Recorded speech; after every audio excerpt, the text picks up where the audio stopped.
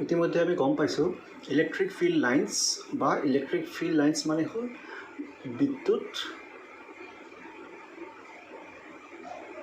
বিদ্যুৎ ক্ষেত্ৰৰ বলৰেখা বিদ্যুৎ ক্ষেত্ৰৰ বলৰেখা এইবোৰ হ'ল কি এইবোৰ হ'ল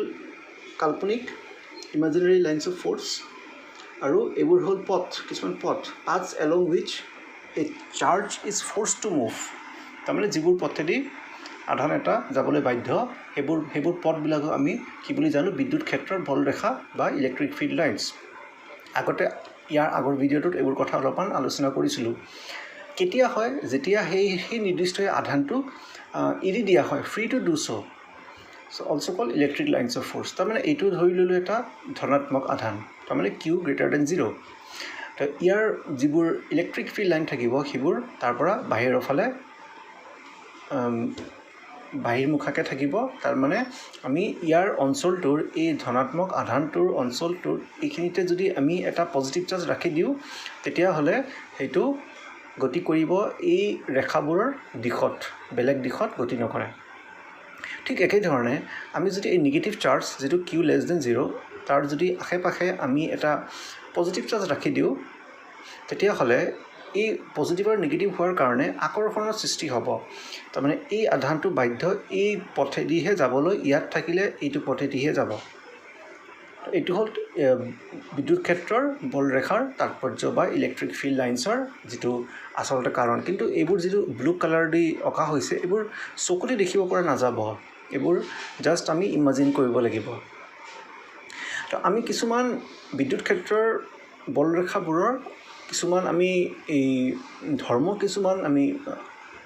আলোচনা কৰিম এই স্লাইডটো অলপ পিছত আহিম কিছুমান প্ৰপাৰ্টিজ মানে বিদ্যুৎ ক্ষেত্ৰৰ বলৰেখাৰ কিছুমান ধৰ্ম তো এইটো বহুত ইম্পৰ্টেণ্ট পৰীক্ষাৰ কাৰণে কি হয় lines are always away from positive charge towards a negative charge তাৰ মানে পজিটিভ চাৰ্জৰ পৰা সদায় বাহিৰৰ ফালে যাব আৰু নিগেটিভ চাৰ্জৰ ফালে সোমাই আহিব তাকে এইটো কোৱা হৈছে two lines of force never cross each other never cross মানে হ'ল কটাকটি কি কৰে নকৰে দুডাল ৰেখাই কেতিয়াও কটাকটি নকৰে এনেকুৱা আছে ধৰি ল'লোঁ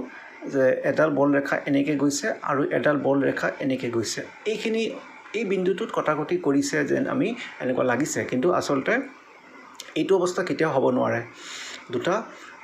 দুটা বলৰেখা কেতিয়াও কটাকটি কৰিব নোৱাৰে ইয়াৰ কাৰণটো কি হ'ব পাৰে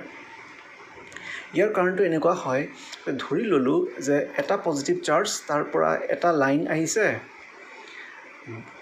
এই নিৰ্দিষ্ট ঠাইত এই আধানটোৰ কাৰণে বিদ্যুৎ ক্ষেত্ৰৰ প্ৰাবল্যটো সি আচলতে সূচাইছে যে বিদ্যুৎ ক্ষেত্ৰৰ প্ৰাবল্যটো এই দিশটোত আছে আৰু এইখিনিতে এটা নিৰ্দিষ্ট মান আছে কিন্তু যদি আৰু এডাল ৰেখাৰ কথা ক'বলৈ যাওঁ যে এই ৰেখাডাল গৈ এনেকৈ আহিছে ধৰি ল'লোঁ আৰু তো এইখিনিতে কটাকটি কৰিছে তো এই ৰেখাডালো কিন্তু বিদ্যুৎ ক্ষেত্ৰৰ প্ৰাবল্যৰ মানটো বুজাব দিশটো বুজাব কিন্তু এই নিৰ্দিষ্ট বিন্দুটোত য'ত মানে কটাকটি হৈছে যোনখিনিতে কটাকটি হৈছে এইখিনিতে কিন্তু বিদ্যুৎ ক্ষেত্ৰৰ দুটা দিশ দেখুৱাইছে এইফালে এটা দেখুৱাইছে ইন দিছ ডাইৰেকশ্যন আৰু এইটো দেখুৱাইছে ইন দিছ ডাইৰেকশ্যন কিন্তু বিদ্যুৎ ক্ষেত্ৰ আচলতে কি হয় এটা ভেক্টৰ ৰাশি ভেক্টৰ মানে যিটোৰ অনলি ওৱান ডাইৰেকশ্যনহে থাকিব আৰু ওৱান ভেলু থাকিব যদি কটাকটি কৰে তেতিয়া এইখিনিতে এই নিৰ্দিষ্ট ঠাইত দুটা ভেলু হ'ব আৰু দুটা ডাইৰেকশ্যন হ'ব তেতিয়াহ'লে ইলেক্ট্ৰিক ফিল্ডটো ভেক্টৰ হৈ নাথাকিব এটা ইলেক্ট্ৰিক ফিল্ড সদায় ভেক্টৰ হ'ব লাগিব আৰু ভেক্টৰেই হয় বস্তুটো বেলেগ হ'ব নোৱাৰে তাত দুটা দিশ হ'ব নোৱাৰে সেইকাৰণে কি হয় যে দুডাল বল ৰেখাই কেতিয়াও কটাকটি নকৰে নেভাৰ ক্ৰছ ইচ আদাৰ বা নেভাৰ ইণ্টাৰছেক্ট ইচ আদাৰ এইটো অলপমান ক্লিয়াৰ কৰি লওঁ তাৰপিছত the more dense the lines are stronger the electric field ইয়াত আমি এবাৰ চাবলৈ পাৰিম এই ইয়াতে আমি যিটো ৰেখাবোৰ দেখিছোঁ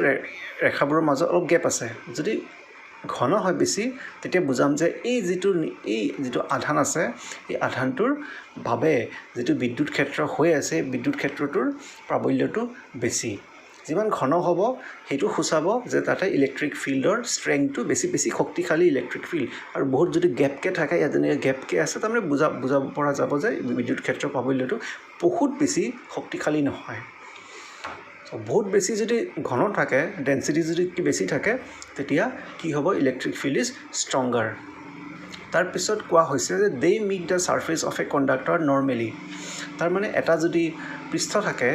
ধৰি লৈ এইটো এটা পৃষ্ঠ এই পৃষ্ঠটোত কোনোবা ঠাইৰ পৰা কিবা এটা আধানৰ পৰা যদি ৰেখাটো এনেকুৱা পোনকৈ আহি আছে তেতিয়া সি কেতিয়াও এই পৃষ্ঠটোত এনেকৈ কিবা এটা কোণ কৰি নপৰিব এইটো হ'ব নোৱাৰে কি হ'ব যে এইটো আহি আছে আহি কিন্তু কিবা কৰি হ'লেও লম্বভাৱেহে পৰিব মুঠতে এই ৰেখাডাল বেকা হৈ যাব আৰু ইয়াতে পৃষ্ঠটোৰ লগতে 90 ডিগ্ৰী কৰিব যিকোনো বেলেগ এংগেল কৰিব নোৱাৰে তাৰমানে যিকোনো এটা ছাৰ্ফেচ অফ এ কণ্ডাক্টৰ যিকোনো এটা মানে পৰিবাহী পৃষ্ঠ এটাৰ ওপৰত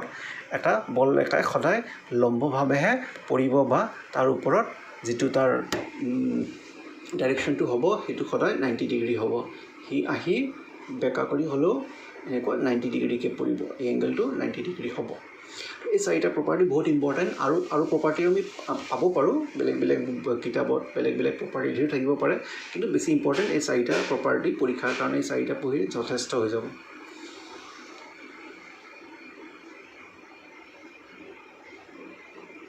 আচ্ছা এতিয়া ইয়াতে আমি দেখিব পাৰিম যে ইয়াৰ আগতে মই কৈছিলোঁ যে বিদ্যুৎ ক্ষেত্ৰৰ বলৰেখাবিলাক একেবাৰে চিধা থাকে ষ্ট্ৰেইট লাইন থাকে কিন্তু যেতিয়া আমি ওচৰা-ওচৰিকৈ দুটা আধান আনি দিওঁ ইয়াত এটা পজিটিভ দুটা হোৱাৰ কাৰণে ইহঁতৰ বলৰেখাবোৰ দেখিছোঁ অলপমান কাৰ্ভড হৈ গৈছে বেকা হৈ গৈছে পজিটিভ এনেকুৱা বেকা হৈ গৈছে এইটো ৰেখাৰ পৰা আঁতৰি যাবলৈ চেষ্টা কৰিছে এইটো আৰু এইটো ইয়াৰ পৰা আঁতৰি যাবলৈ চেষ্টা কৰিছে তাৰ মানে বুজাব যে এই দুডাল আধানৰ মাজত এটা বিকৰ্ষণৰ সৃষ্টি হৈছে ঠিক একেধৰণে এইটো পজিটিভ চাৰ্জ এইটো নিগেটিভ চাৰ্জ এইটোৰ লগত লগ লাগিছে মানে ইহঁতৰ দুটাৰ মাজত কি হৈছে আকৰ্ষণৰ সৃষ্টি হৈছে তো ইয়াকে আমি ক'ব পাৰিম যে এইখিনিতে কাৰ্ভ হৈছে বেণ্ড হৈছে আৰু এই ওচৰা-ওচৰি থকাৰ প্ৰভাৱত বেলেগ ৰেখাবিলাকো বেণ্ড হৈ যাব পাৰে